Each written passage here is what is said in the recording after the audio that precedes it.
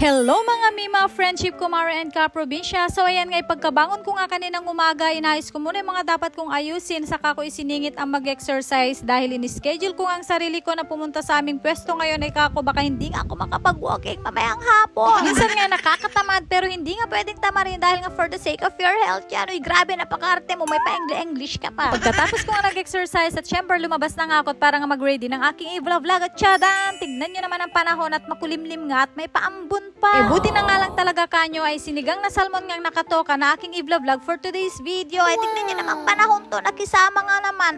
Sa true nga lang mga kaprobinsya, isa nga ito sa mga klase ng isda na nirecommend nga nakainin ko kaya naman ulamin ko. Ako naman bay pagkamahal-mahal nga din naman talaga itong ganitong klase ng isda. Tapos ang sinabi nga na parte na pwede kong kainin ay yung sa may laman nga niya. O di syempre oo lang ako ng oo, ganyan. Syempre wala nga akong ka-idea. Akala ko naman mura ang ganito. O di syempre si ako naman ay naghanap-hanap na ako doon sa loob ng palengke sa mga bilihan ng isda, ganyan. Ay ulo lang naman ang available doon. Ano naman ang makain ko dyan? Siguro meron naman pero kokonti nga lang. Syempre yung nirecommend ngayong laman, yun ang hinahanap ko. Tapos doon mo lang pala yun makikita at mabibili sa mga loob ng mall, yung mga grocery store doon, yung mga supermarket doon ng mga sosyal, ganyan. O di tapos, nung nakakita na ako, di syempre ganito na ang eksena, ay hala, meron dito, ganyan. O di syempre, ang una ko namang tinignan, yung price, ay hala, mapa-atras ka naman talaga, kay price nga naman talaga. Kako nga sa sarili ko, magdelata na lang ako.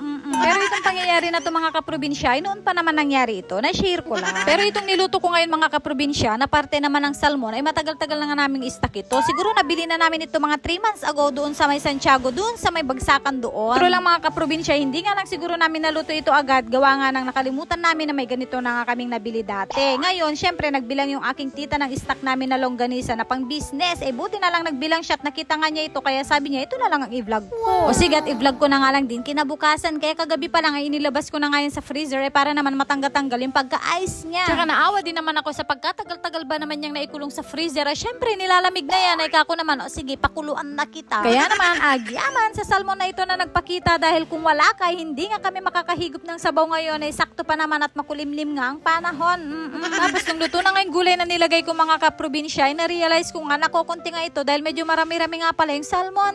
At buti na nga lang din at nagpakita nga rin itong sitaw. Ay kako, lagyan ko na nga lang ito ng sitaw, ay hindi pa naman uli ang lahat. Pero ang ginawa ko mga kaprobinsya, inilaga ko muna ito bago ko nga ito inihalo. Tapos first time ko nga ginawa ito sa luto ng salmon, yung naglagay nga ako ng peanut butter, ay masarap din naman pala talaga siya mga kaprobinsya. Try nyo din, promise eh. Kung susubukan nyo naman mga kaprobinsya, tansyahin nyo na nga lang yung ilalagay yung peanut butter dahil kung sobra-sobra naman ay baka naman maglasa na siyang kare-kare ba. Sige na mga kaprobinsya, ang dami ko na namang nasabi. Nag-share lang naman ako ng aking daily life at ang dami ko na namang dada. So ayan lamang po for today's video mga kaprobinsya. Agyaman sa palaging panonood at mag-iingat po tayong lahat. And please don't forget to like, share, and follow. Babush!